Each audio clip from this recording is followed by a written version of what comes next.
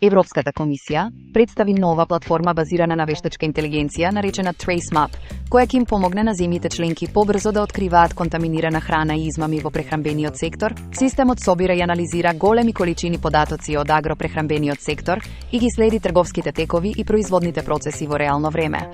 На тој начин, институциите ќе можат побрзо да идентификуваат ризици, да ги поврзуваат операторите во синџирот на снабдување и навреме да повлекуваат небезбедни производи од пазарот.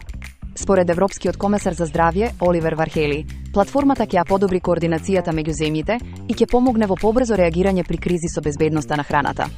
Податоците покажуваат дека во 2024 година системот Rapid Alert System for Food and Feed регистрирал повеќе од 5200 известувања за небезбедни производи, додека илјадници случаи на заболувања поврзани со храна биле пријавени низ Европа.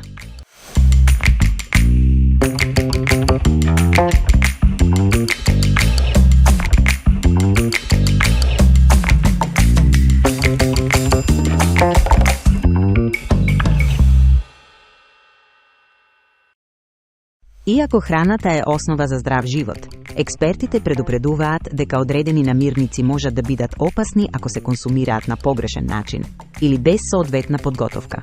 Некои производи природно содржат токсини, бактерии или соединенија што можат да предизвикаат труење. Меѓу храната што бара посебна предпазливост се семките од јаболка и костилките од овошја, како цреши и кајсии, кои содржат супстанции што во телото можат да се претворат во цијанид.